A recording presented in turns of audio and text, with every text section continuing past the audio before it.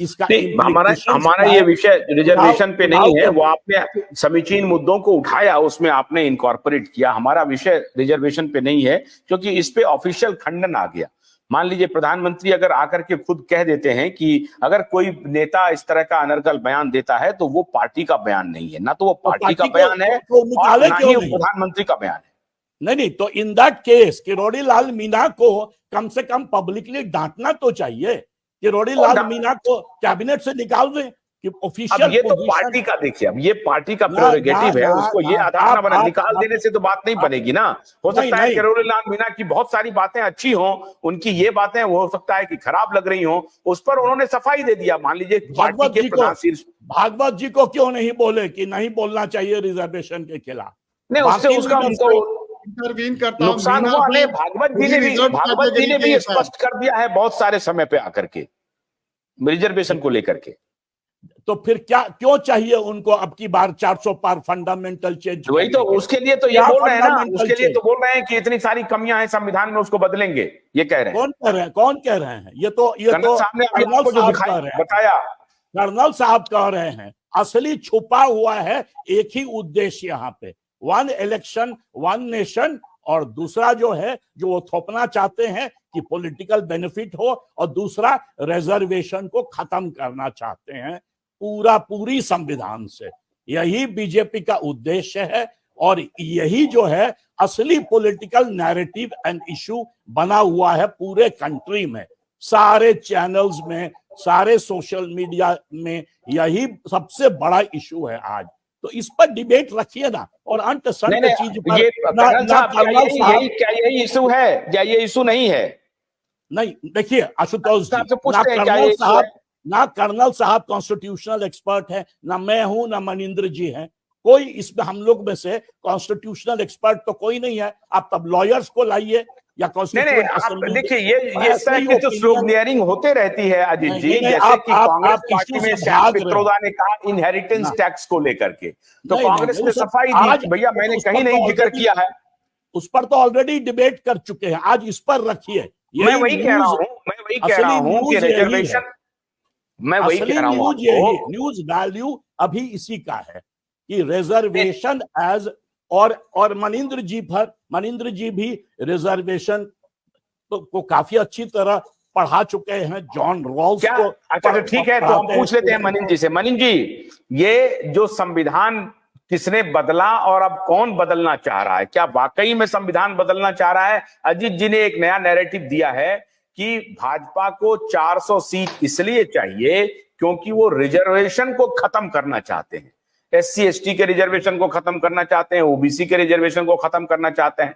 एक तरफ प्रधानमंत्री कह रहे हैं कि देखिए OBC वालों, SC ST वालों, तुम्हारा 5% 10% काट करके मुसलमानों को रिजर्वेशन दे रहे हैं। एक तरफ अजीत जी दूसरी बात कह रहे हैं कि नहीं, उनको इसलिए चाहिए क्योंकि संविधान में बदलाव करना चाहते हैं। तो ये सही क्या है? देखिए, 3 बातें हैं। पहली बात तो ये है कि कर्नल साहब को यदि हम ये माने कि उस मनोभाव को प्रेजेंट करते हैं, उस विचारधारा क्या से प्रभावित हैं, तो उनके बहस में तो बहुत साफ बात आ रही है ना कि संविधान बदलना चाहते हैं। कारण जो भी हो, बहुत सारा कारण वो दे रहे हैं, बहुत सारा कारण इतने कम समय में वो नहीं दे सकते हैं कि इस विचारधारा के लोग संविधान बदलना चाहते हैं। पहली बात तो ये साफ हो गई। दूसरी बात ये कि संविधान कैसा बनेगा, इसका एक प्रारूप भी इनके पास था।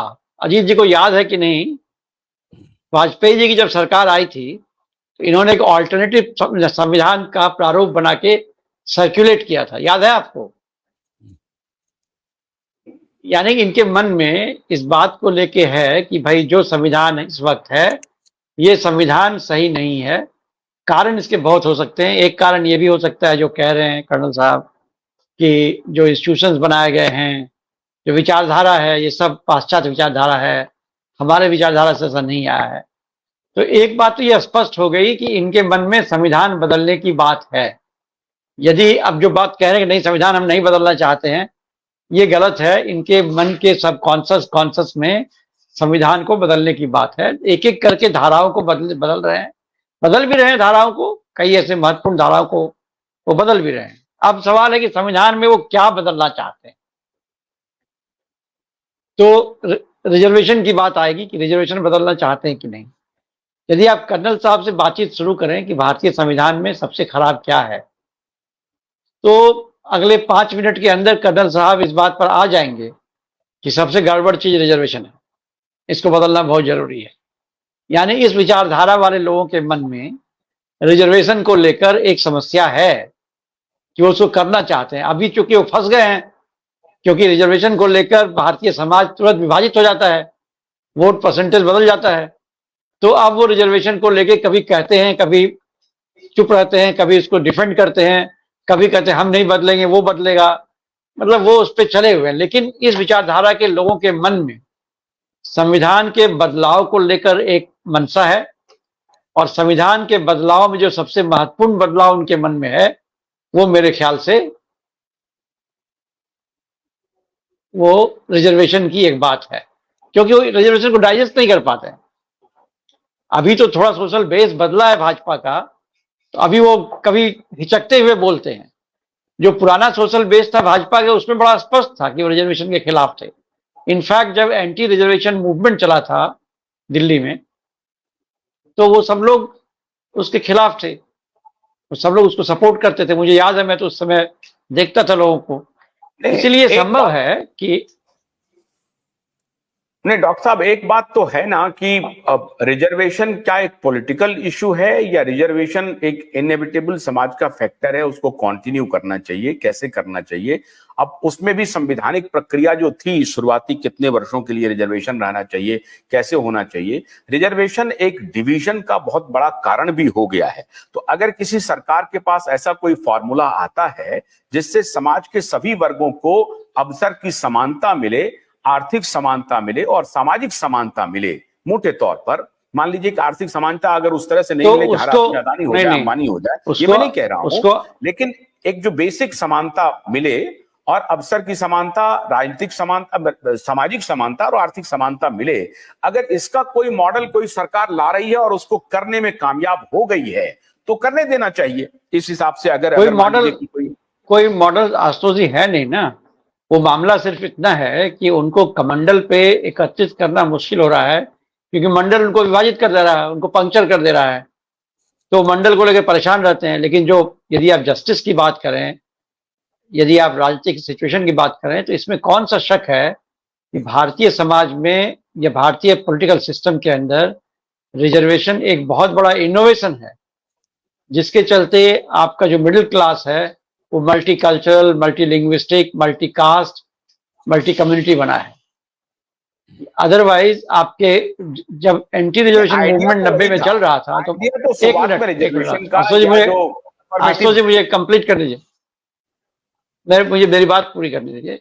एक समय था 1990 में जब एंटी रिजर्वेशन मूवमेंट विश्वविद्यालयों में चल रहा था, तो 80% विश्वविद्यालय का जो पॉपुलेशन था वो अपर कास्ट था। ऐसा समाज तो चल नहीं सकता है यदि उसके रिसोर्सेज के ऊपर कुछ खास जाति, वर्ग, धर्म का कंट्रोल होगा, तो वो समाज बहुत वायलेंट हो जाएगा। तो इसीलिए वो एक अलग बात है कि कैसे उसको मैनेज, यदि मैनेज करने की मंशा हो तब तो सही बात है, लेकिन यदि उस जाति धर्म वाले की मंशा ये हो कि उस कंट्रोल को बनाए रखें, तब तो परेशानी होगी।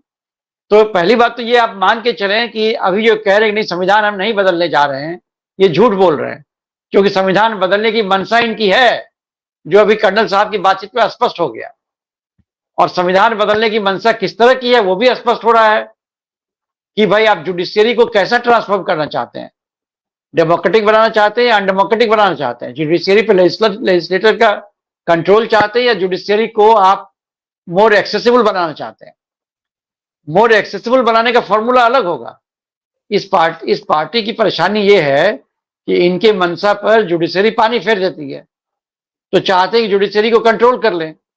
मैंने कॉलेजिएट सिस्टम पे बहुत अध्ययन करने की कोशिश करी, क्यों मुझे भी लगता था कि यहाँ पे सिर्फ 200 ऐसे परिवार हैं जिनसे ज्यादातर जजेज आते हैं, 70-80% जजेज उन्हीं 200 परिवारों से आते हैं।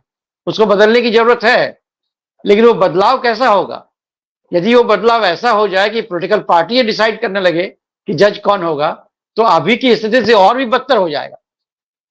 तो बदलाव का फॉर्मूला इनका जो है वो भी तो पता नहीं है ना किस तरह का है। अब या पता है कि किस तरह का है, वो जो मैं कहता हूं कि आज की तारीख में फॉर्मूला नरेंद्र मोदी तैयार भी तो हों आप। नहीं, मतलब पहले बता, ये पॉलिटिकल मुद्दा बना करके इसे पॉलिटिकल नफा नुकसान के खेल में बनाते रहें और लगातार इसको एक्सपेंड करते रहें। अभी एक रिपोर्ट का मैं आपको उदाहरण दे रहा हूं, मुरहो, जहां ये मंडल कमीशन है रिजर्वेशन वाला, मुरहो से आज ही इंडियन एक्सप्रेस अगर आप पढ़े होंगे तो देखे होंगे, मुरहो से हमारे मित्र सूरज जी का वो घर भी है और बीपी मंडल जी का, उनके घर के बगल से किराए मुसहर के पोते का फोटोग्राफ है। किराए मुसहर जो 1952 में पार्लियामेंटेरियन हुए, वहां पर अनडिवाइडेड डिस्ट्रिक्ट था जब भागलपुर से वो बने थे, और उनका घर आज भी फूस का है, मुसहर कम्युनिटी के हैं। और जो दबंग जातियां हैं उनकी स्थिति क्या है वो देखिए आप। तो ये मामला भी पॉलिटिकल मुद्दा बना हुआ है, इनसे उनको लाभ हुआ कि नहीं हुआ, इस पर तो एक आकलन होना चाहिए ना। आकलन जैसे बात कहते हैं कि सब लोग मिलकर के उसको डराने लगते हैं, क्योंकि उनको लगता है कि उनकी हेजेमनी न चली जाए। वो भी अपने फिफ्डॉम को बना करके रखे रहना चाहते हैं। अब वो पॉलिटिकल फिफ्डॉम है, इंटेलेक्चुअल फिफ्डॉम है। इंटेलेक्चुअल फिफ्डॉम तो मुझे ज्यादा लगता है, क्योंकि इंटेलेक्चुअल फिफ्डॉम को बना करके रखना चाहते हैं। आशुतोष जी, मुझे लग रहा है ऑलरेडी रिजर्वेशन में रिफॉर्म का प्रोसेस चल रहा है। देखिए ना, बिहार में उन्होंने कर दिया अति पिछड़ा और पिछड़ा, महादलित और दलित, एक रिफॉर्म हो गया मंडल कमीशन में। जो इनका था मुंगेरी लाल कमीशन का रिपोर्ट था, वो तो बहुत पहले डिस्कस हुआ था इसमें रिजर्वेशन में क्या रिफॉर्म की जरूरत है। रिफॉर्म हो भी गया। यदि आपकी मंशा ये हो कि उसको पर्कुलेट किया जाए नीचे में, तब तो दिक्कत नहीं है। दिक्कत ये है कि आप पर्कुलेट करने के नाम पर आप खत्म करना चाहते हैं, वो सही नहीं है। वो मुझे लगता है कि, और ये मंशा ये मंशा है, क्योंकि ये मंशा ये अपनी आइडियोलॉजी को क्यों थोप देते हैं, यही मैं कहता हूं कि बहुत धीरे से मैं कहाँ थोप रहा हूं, मैं तो साइको एनालिसिस कर रहा हूं। मैं तो साइको एनालिसिस कर रहा हूं कर्नल साहब की बातचीत का।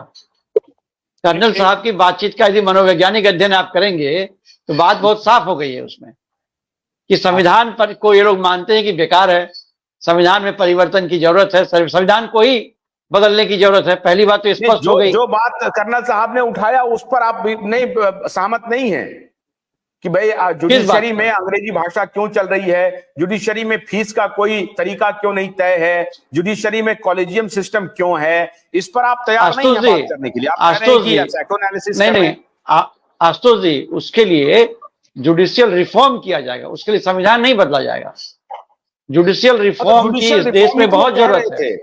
संविधान थोड़ी बदलना है, जुडिशियल रिफॉर्म नहीं, संविधान को बदलना और संवैधानिक प्रक्रिया से जुडिशियल रिफॉर्म कर दो बातें। इनकी मानस में बदलने से मेरा तात्पर्य था कि मूल प्रस्तावना में ना बदलाव हो। आपने मूल प्रस्तावना में बदलाव कर दिया, ये मैं कह रहा हूं। मैंने तो आपको बताया ना, इतने संशोधन हो गए। आशुतोष जी, मैंने आपको बताया ना कि ऑलरेडी इनका एक ऑल्टरनेटिव संविधान प्रस्तुत किया हुआ है, और इसे संविधान में परिवर्तन की बात नहीं है, संविधान के परिवर्तन की बात है। और संविधान के परिवर्तन में तमाम जो आपके विचार हैं वो चले जाएंगे साफ, तो ये पूरा सिस्टम ही बदल जाएगा। ठीक है, तो अजीत जी से ले लेते हैं। अजीत जी, मनिंद्र जी ने साफ कह दिया है कि संविधान में परिवर्तन नहीं, संविधान के परिवर्तन का सवाल है, और भारतीय जनता पार्टी संविधान के परिवर्तन के लिए तैयार है और वो करना चाहती है। रिजर्वेशन का इश्यू मेन इश्यू है, मनिंद्र जी भी माने, और मनिंद्र जी ने सही कहा कि कर्नल विजयनाथ झा को यदि और भी डिबेट में लाया जाए तो वो भी कहेंगे कि भाई रिजर्वेशन गलत चीज है। तो मैं ये कह रहा हूं कि कांग्रेस पार्टी ने जो फॉर्मूला दिया, नीतीश जी से ही सीख के जो फॉर्मूला दिया कि भाई क्या करेंगे वो तो बाद की बात है, पहले वस्तुगत स्थिति समझने के लिए कास्ट सर्वे जो है वो कीजिए। वैसे तो 1930 से कास्ट सर्वे चल रहा था और बीच में बहुत सारा सर्वे रिपोर्ट्स है, बट मान लीजिए यदि राहुल गांधी ने कहा कि हम कास्ट सर्वे को नंबर 1 बनाएंगे और उसके साथ साथ इकोनॉमिक सर्वे किया जाए। याद रखिएगा, मनमोहन सिंह सरकार ने भी इकोनॉमिक सर्वे कराया था, मोदी जी का सरकार भी जब आया शुरू में तो इकोनॉमिक सर्वे किया, और उसके बाद जो है पूरा SECC सर्वे लेके अंदर डाल दिया, उस पर इशू बनाया ही नहीं। तो दोबारा राहुल गांधी वही कह रहे हैं कि कास्ट सर्वे, इकोनॉमिक सर्वे वो मेन एजेंडा बनाया जाए, ताकि पता चले, डेटा हो जाए, जो भी पॉलिसी डिसीजन लेंगे जान जाए कि भाई कौन सा कास्ट बेनिफिट किया है, कौन सा कास्ट नहीं किया है, तो उसको रखा जाए एज द मेन इशू। गन्ने की कड़ी बुनियाद, जिसे मराठी में खुडक्या और कुछ उत्तर भारत के क्षेत्रों में खुटकी भी कहा जाता है, उसे केवल भोलानाथ का 2-in-1 बैटरी ऑपरेटेड हार्वेस्टर कम ब्रश कटर आसानी से और बिना रुकावट के काट सकता है।